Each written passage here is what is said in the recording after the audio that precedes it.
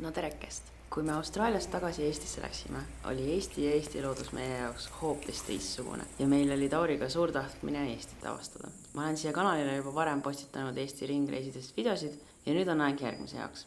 Seekordne roadtrip viis meid Lõuna-Eestisse, kus me supitasime Pühajärve peal, ronisime rõuga vaatetorni otsa, käisime Piusa koopeid vaatamas ja jalutasime Taevaskojas. Eesti on nii ilus ja kuna see on nii väike, siis see on väga lihtne ühele väiksele lõbusõidule minna. Soovitan kindlasti sel suvel ette võtta. Head vaatamist ja järgmise videoni!